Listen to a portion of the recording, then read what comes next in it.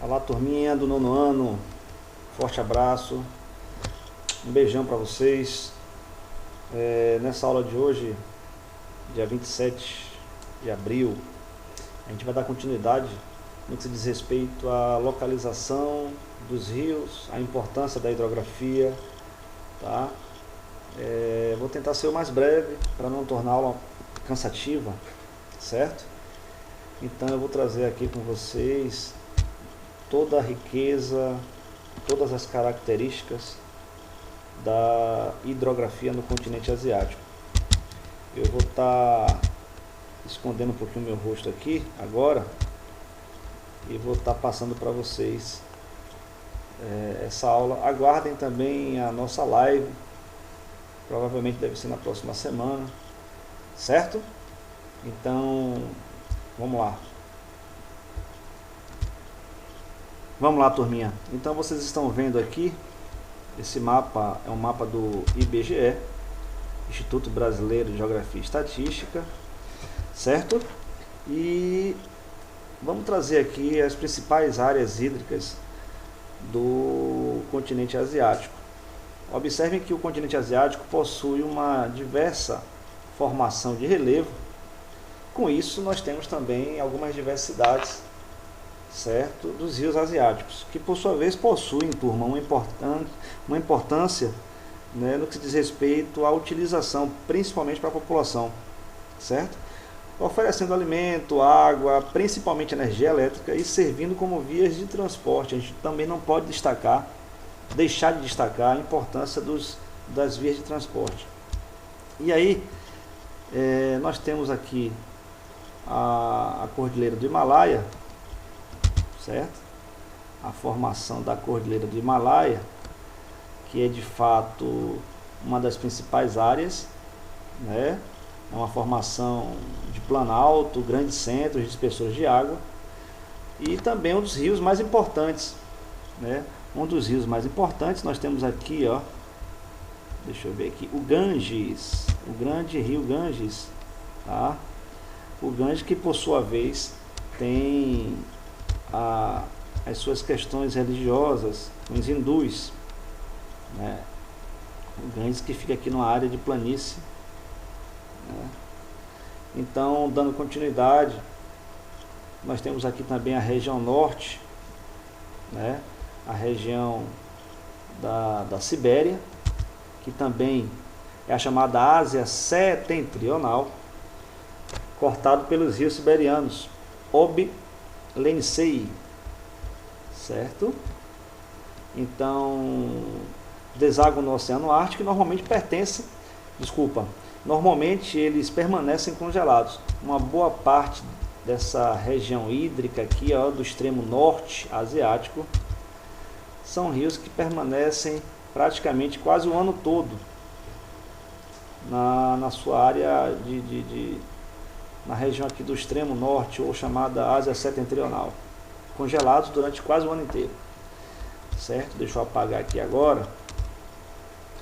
Só estou colocando para vocês um posicionamento das áreas, tá bom? Na parte da geografia dos mapas aqui. Na parte da Ásia Central, turma, encontramos as bacias na parte central, ó, deixa eu ver, cadê o meu monitor aqui? Aqui, achei. Na minha parte central, o Planalto Central Siberiano, certo? A importância também, ó, de três grandes rios que formam a chamada área da usina hidrelétrica, uma das maiores usinas hidrelétricas do planeta, o chamado rio Yangtze, o azul, o amarelo, o Yangtze, tá? Fica aqui entre o sudoeste asiático e a parte central, e o amarelo, o Yangtze, né? Formando essas três grandes, essa grande bacia. Observem que são bacias que estão em plena área central, no deserto de Gobi, na China, tá?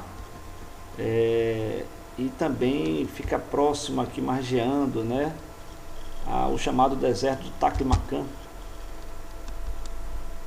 Ok? E aí, galera, eu trago para vocês de um modo, uma caracterização geral. A Ásia apresenta em seu território condições geológicas extremas, né? Planície da Sibéria, como eu falei para vocês, as montanhas do Himalaia. Isso decorre de sua grande extensão territorial também, certo? O que também lhe atribui, turma, uma grande diversidade hidrológica, ou hidrográfica, desculpa, caminhando de regiões extremamente úmidas, como é o caso da região do sul, né? A parte sul, deixa eu tirar aqui, o sul asiático, essa área aqui do sul asiático, certo? Regiões também com escassez hídrica. Não podemos deixar de falar aqui dessa parte, ó, nessa coloração amarronzada aqui. Deixa eu passar o pincel aqui, ó. Essa área aqui, ó, é uma área de fato carente em recursos hídricos, porque é uma área semiárida. Os grandes desertos, o deserto do Taklamakan, o deserto de Gobi, certo? Deserto de Gobi. Porque eu estou sem um mouse com o dedo aqui no notebook, é horrível. Então, o continente asiático, ele tem algumas características peculiares.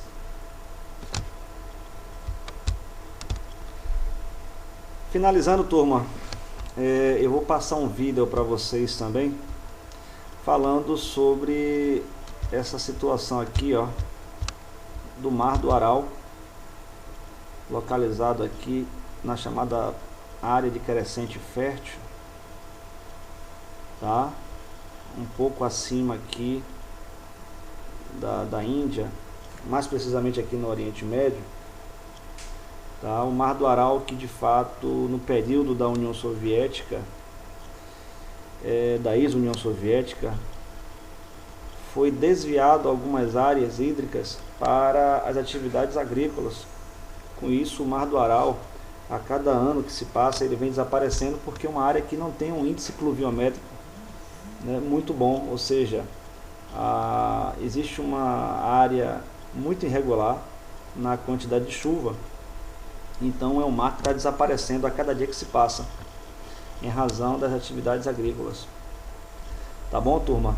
Então eu não vou me alongar muito sobre as características hídricas, né, do continente asiático, porque de fato eu preciso trazer de fato para vocês as características, a localização, tá? A importância econômica. Nós temos aqui uma das grandes usinas hidrelétricas, Três Gargantas, o chamado rio Yangtze, né? O Yangtze-Kiang e o Yangtze também, o amarelo e o azul, tá? Os rios da China, os principais. Vocês viram também na aula de hoje que essa parte da Sibéria aqui, né, são rios congelados praticamente quase todos os meses. Professor, você não falou do chamado sudeste ou do extremo ou do sudeste asiático. A China, meus amores, desculpa, o Japão, falando da China, a China aqui, o Japão, ele é um país escasso em água, em áreas hídricas, tá? As 4 ilhas japonesas aqui, Kyushu, Shikoku, Hokkaido e Honshu, o que se forma, né, o país Japão, é escassíssimo em razão dos níveis de chuva que não cai e da formação de áreas hídricas, de fato. É muito escasso. E a pouca quantidade de rios, o Japão possui uma poluição muito grande, muito acentuada nesses rios, porque de fato é um país altamente industrial. No Japão, nesse caso aqui do modelo japonês, existe um processo de dessalinização de água para a utilização e consumo da sociedade. Certo? Por hoje, turma, é só. Espero que tenham compreendido. Tem aqui alguns slides nessa videoaula que eu vou estar passando para vocês também, tá bom? E aqui estão os slides, né, falando sobre o processo da hidrografia, a influência, a relação entre a hidrografia e a formação de relevo, tá? Aqui está o Indu, o rio o Ganges. Aqui são as vertentes, as áreas. Vocês podem dar uma olhada também. A outra vertente do Yangtze, deixa eu tirar a seta daqui. Do Yangtze, né, que eu falei para vocês, os regimes mistos. A usina das Três Gargantas, né? O Yangtze Kiang, o Rio Azul.